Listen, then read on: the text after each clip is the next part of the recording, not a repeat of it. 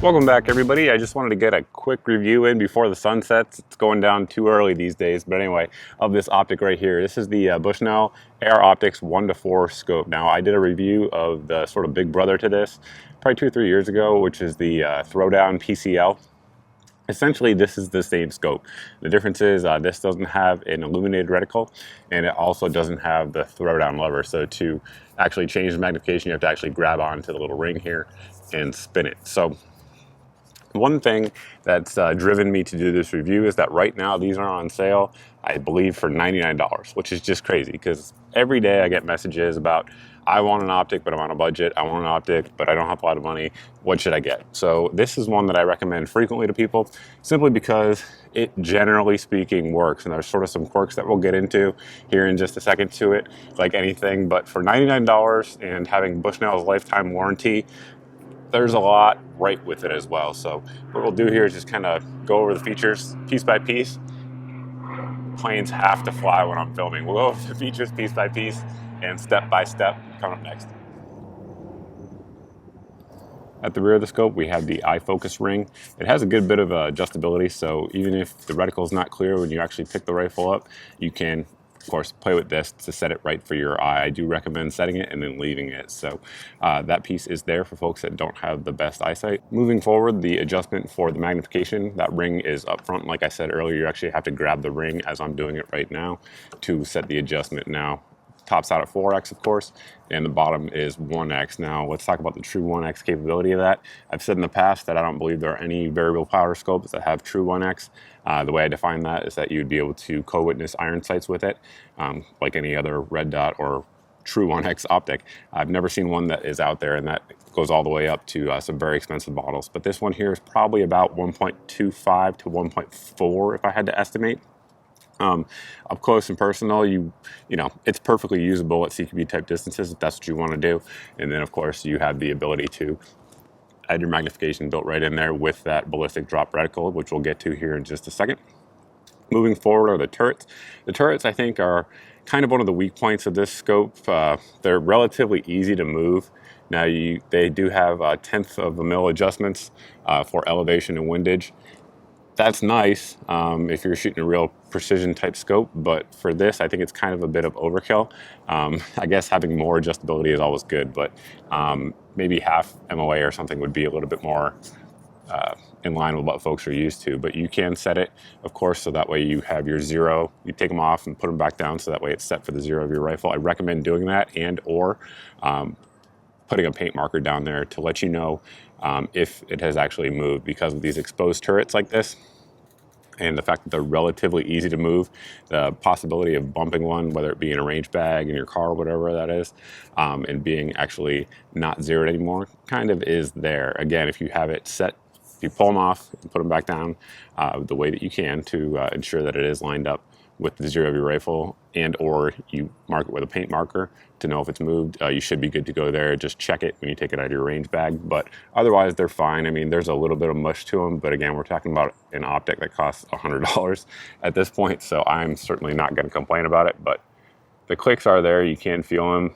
They're not going to give any night force turrets a run for the money, but they're usable, and they do zero as, you know, as you'd want them to do.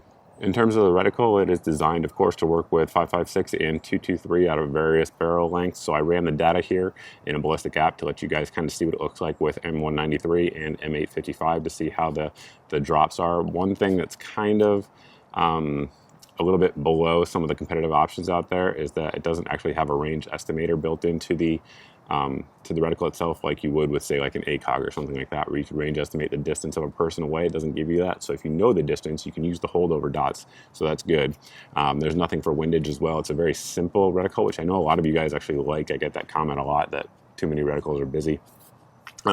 So for that, you'll see how it lines up here, but if you're going to actually use this for long distance shooting, I recommend running the data with the load you're using and your rifle and your elevation and all that stuff to know where your point of impact and point of aim is going to be to make sure you guys get the right shot. Now, I did take this one out to, I think, 340 yards of what we were shooting it at, and it it holds over, worked just fine. So again, once we bring the data in the ballistic app, you know where to hold, you'll absolutely get your hits. So I don't really see that as too much of an issue.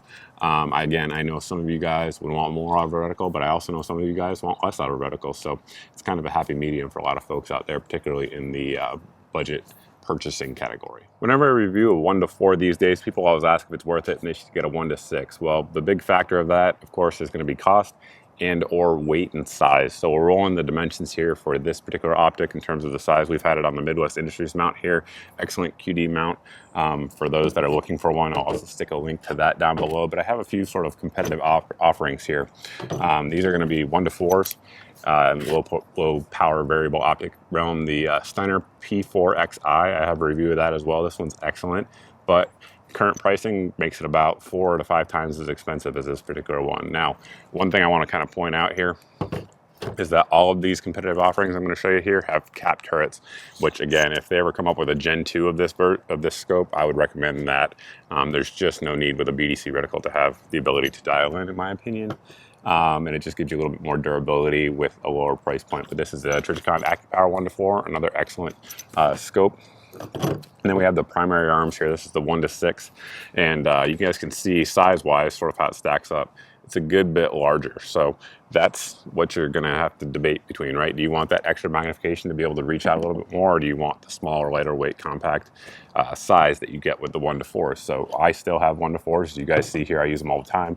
I do like them. I think for the ranges most folks are shooting their ARs at, they're perfectly acceptable for that, and this one is included in that. So again, basically the way I look at this scope is that it's I guess it is the cheapest budget scope that's acceptable in my opinion. Like, you can zero it and expect it to hold zero. You can expect it to work.